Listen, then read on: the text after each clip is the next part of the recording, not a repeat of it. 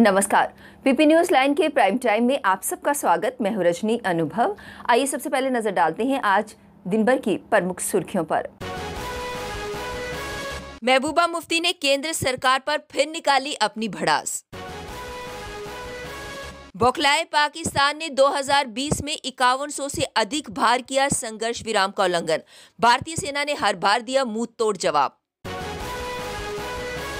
फारूक अब्दुल्ला ने डीडीसी चुनावों में जीते पार्टी के उम्मीदवारों की पीठ थपथपाई। और ब्रिटेन से लौटे जम्मू के रूपनगर निवासी का भाई भी पाया गया कोरोना पॉजिटिव। कोरोना की नए स्ट्रेन का पता लगाने के लिए सैंपल को भेजा गया दिल्ली। अब खबरें विस्तार से। मध्य कश्मीर के जिला श्रीनगर के होकारसर इलाके में रात से सुरक्षा बलों और आतंकियों के बीच जारी मुठभेड़ में 3 अज्ञात आतंकवादियों के मारे जाने के साथ समाप्त हो गई। अधिकारियों ने बताया कि तलाशी अभियान अभी भी जारी है, जबकि 3 आतंकवादी मारे गए हैं।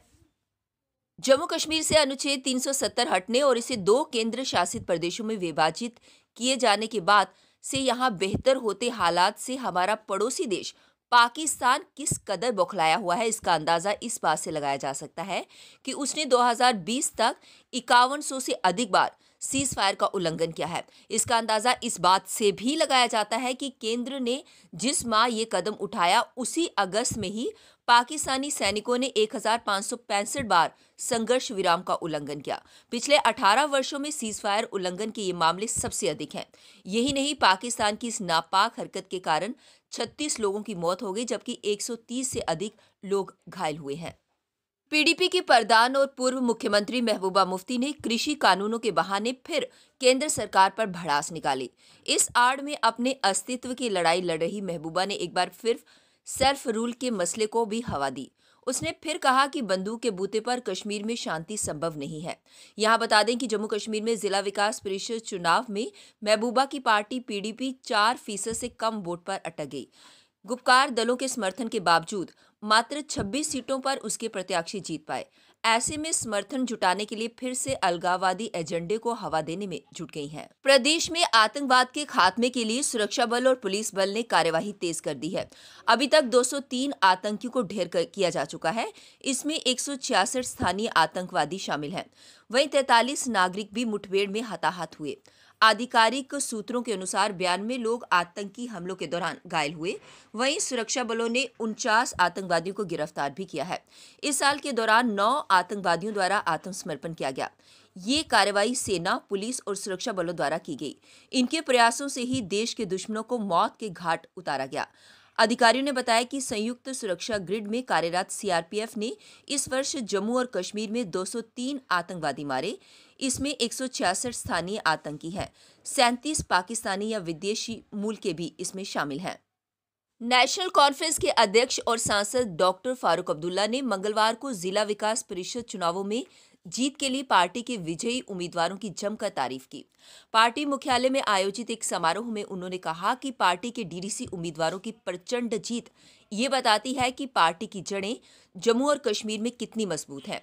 उन्होंने कहा कि इसके मूल में सामाजिक, राजनीतिक और गरीबों की आर्थिक मुक्ति के साथ वैचारिक अभिनंदन था, जिसने पार्टी को चुनौतीपूर्ण समय का सामना करने में मदद की। उन्होंने कहा कि पार्टी ने कश्मीर में सामाजिक और आर्थिक विषमता के बीच गरीबों और बेसहारा लोगों की मदद की। इस अवसर पर पार्टी के विजयी डीडीसी उम्मीदवारों को पार्टी अध्यक्ष ने माला पहनाई। पार्टी के उपाध्यक्ष उमर अब्दुल्ला, महासचिव हाजी अली मोहम्मद सागर और प्रांतीय अध्यक्ष नासिर असलम वानी ने भी पार्टी के डीडीसी उम्मीदवारों की सराहना करते हुए उम्मीद जताई कि जीतने वाले उम्मीदवार पद के दायित्वों को और जिम्मेदारी से निभाएंगे। प्रदेश में गैर पंजीकृत बूचड़खानों व मीट की दुकानों को बंद करने की मांग को लेकर दायर जनहित याचिका में हाईकोर्ट के डिवीजन बेंच ने पशुपालन विभाग के आयुक्त सचिव को 5,000 रुपये जुर्माना किया है। इस मामले में बेंच ने 19 नवंबर को निर्देश दिया था कि आयुक्त सचिव मंगलवार की सुनवाई में पेश हों, लेकिन वह नहीं आए। इस पर जुर्माना लगाया गया है। सीनियर एडिशनल एडवोकेट जनरल ने विभागीय अधिकारी के पक्ष में सफाई दी। Senior additional advocate general SS Nanda ने कहा कि स्टेटस रिपोर्ट के मुताबिक पशुपालन विभाग का बूचड़खाना बनाने से कोई लेना देना नहीं है, लिहाजा विभाग के आयुक्त सचिव को पेश होने की छूट दी जाए। नए साल से ठीक पहले जम्मू कश्मीर के पहाड़ बर्फ से लकतक हो गए हैं।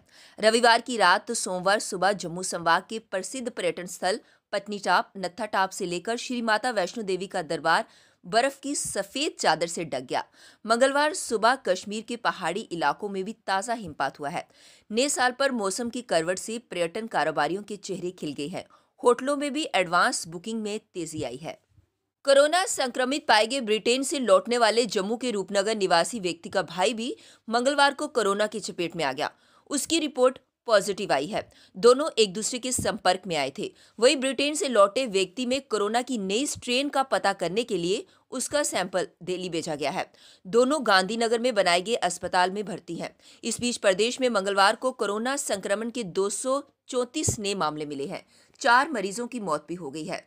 अब तक मरने वालों की संख्या 1879 हो गई है। 299 मरीज ठीक भी हुए हैं। अब तक 1,15,560 मरीजों को अस्पताल से छुट्टी दे दी गई है। बर्फबारी से कई पर्वतीय इलाकों में पिछले 24 घंटों से बिजली गुल होने से जनजीवन प्रभावित है। कई संपर्क मार्गों पर आवाजाही बंद हो गई है। बिलावर के लोहाई मल्हार में बिजली ठप है। बनी डग्गर, बिलावर लोहाई, बनी रोलका, बनी लुआंग मार्ग बर्फबारी से बंद हो गए हैं। बारिश और बर्फबारी से जम्मू संभाग के अधिकतर जिलों में दिन का तापमान सामान्य से 7 से 11 डिग्री तक गिर गया है। जम्मू में हल्के बादलों के साथ मौसम साफ रहा, लेकिन सुबह और रात को कोहरे की चादर बिछी रही। जम्मू में दिन का तापमान सामान्य से 5.8 डिग्री गिरकर 13.2 और न्यूनतम तापमान 6.4 डिग्री सेल्सियस दर्ज किया गया। अब वक्त तो चला एक ब्रेक का, मिलते हैं ब्रेक के बाद।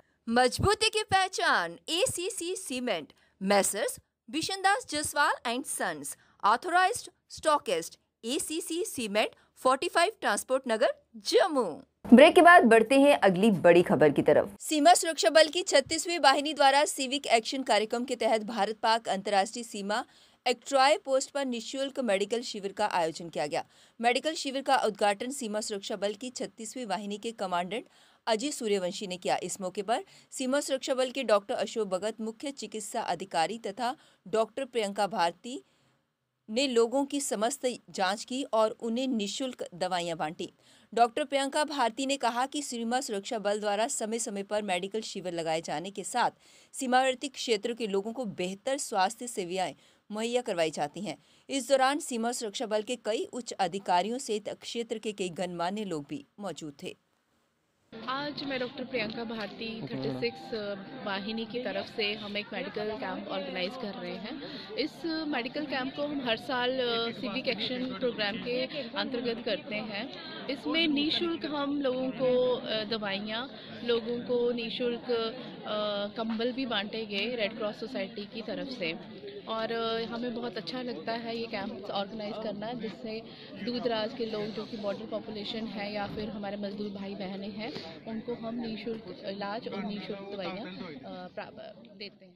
जिला गुरुद्वारा प्रबंधक कमेटी जम्मू द्वारा आज सिखों के 10वें गुरु श्री गुरु गोविंद सिंह जी के 18 जनवरी को प्रकाश उत्सव मनाने की जानकारी साझा की गई।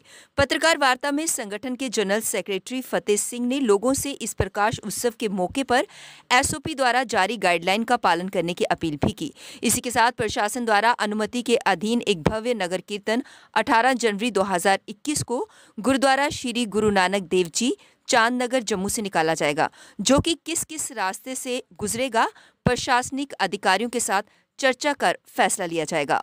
बार के ते इस देश ਨੂੰ ਏਕਤਾ, ਅਖੰਡਤਾ ਅਤੇ ਆਜ਼ਾਦੀ ਦਿਲਵਾਈ 1000 ਸਾਲ ਦੀ ਆਜ਼ਾਦੀ ਦੀਆਂ ਗੁਲਾਮੀ ਦੀਆਂ ਜੰਜੀਰਾਂ ਨੂੰ ਕੱਟ ਕੇ ਆਜ਼ਾਦੀ ਹਿੰਦੁਸਤਾਨ ਨੂੰ ਦਿਵਾਈ।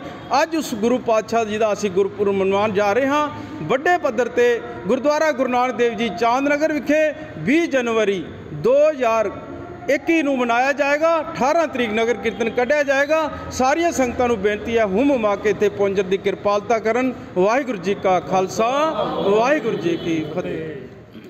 जम्मू यूनिवर्सिटी के छात्रों द्वारा आज भी धरना प्रदर्शन किया गया। इनका ये कहना था कि यूनिवर्सिटी द्वारा छात्रों के भविष्य के साथ खिलवाड़ किया जाता है।